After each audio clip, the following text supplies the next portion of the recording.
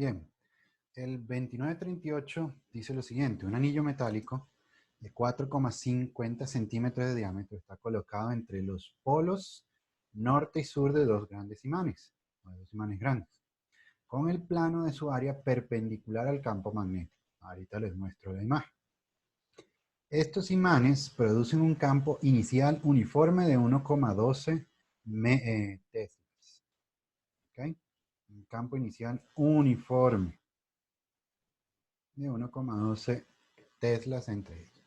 Pero se separan gradualmente de manera que el campo sigue siendo uniforme, aunque disminuye en forma constante a 0,250 teslas por segundo.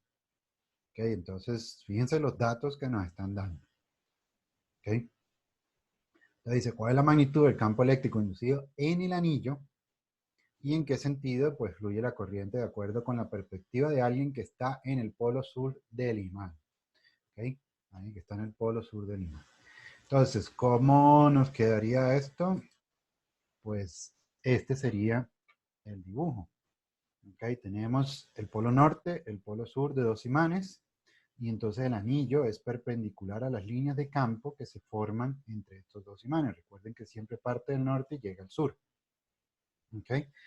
Tenemos que este anillo, el área, lo que es la superficie de este anillo es perpendicular a estas líneas. ¿Okay? Entonces tenemos un diámetro de 4,50 centímetros, es decir, un radio de 2,25 centímetros, un campo magnético uniforme de 1,12, pero se van alejando. ¿Okay? Se va alejando los polos y entonces va disminuyendo el campo magnético.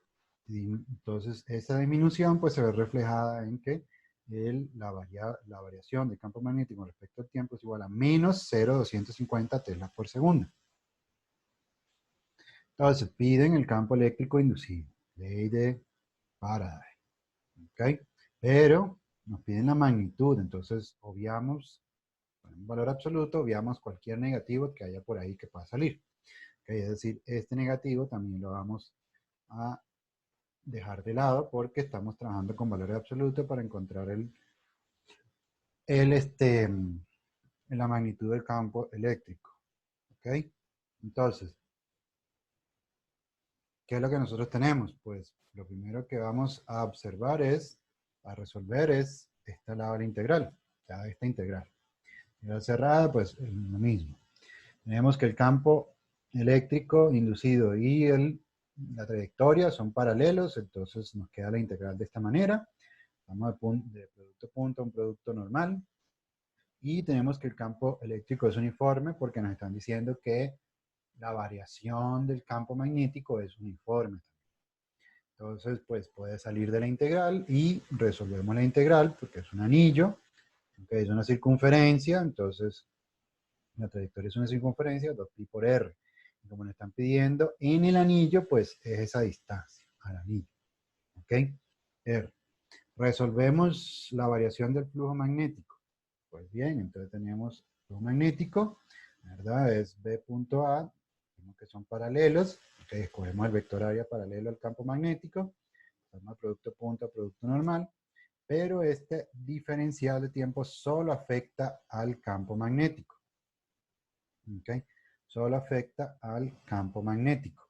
Porque ya nos dijeron que hay una variación del campo magnético. ¿Ok? Entonces tenemos que, y el área es pi por r cuadrado, el área de un círculo. ¿Ok? Entonces, bueno, ahí juntamos los dos lados, ¿verdad? Sabemos que es magnitud. Entonces, E por la circunferencia es la variación del campo magnético por el área. Se eliminan los que se tienen que eliminar por darle el igual y nos queda esto que está aquí. Que el campo magnético es la mitad del radio multiplicado por la variación de... perdón, el campo eléctrico es la mitad del radio multiplicado por la variación de un campo magnético. Sustituimos valores y nos queda eso que está ahí. Nos queda que el campo eléctrico inducido es igual a 2,81 por 10 a la menos 3 voltios por metro. ¿Okay? Ahora me están pidiendo el sentido de la corriente desde la perspectiva de una persona que está en el polo sur. ¿Ya? Una persona que está aquí. que está viendo hacia arriba el anillo. Si ve hacia arriba el anillo, fíjense que las líneas de campo van hacia esa persona. Entonces, pues, ¿qué es lo que tenemos aquí? Si nosotros vemos el anillo, ok, las líneas de campo entran, ¿verdad? Vector área también, o sea, perdón, entran, no, salen.